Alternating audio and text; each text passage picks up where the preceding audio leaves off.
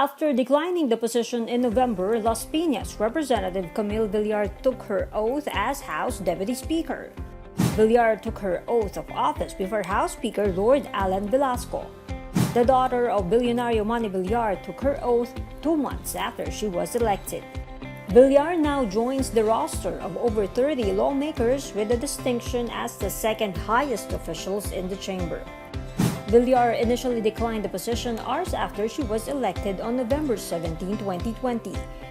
She sent a letter to Velasco explaining she wants to focus on her constituents.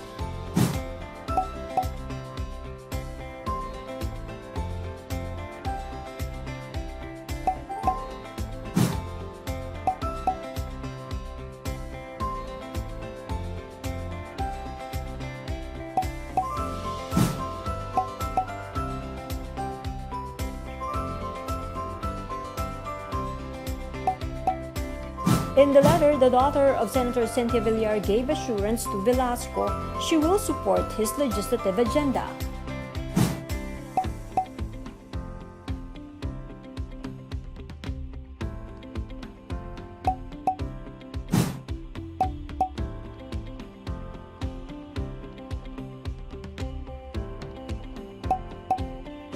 Villar is a member of the Nacionalista Party, the political party of Taguig Representative Alan Peter Cayetano, who was ousted as Speaker and replaced by Velasco.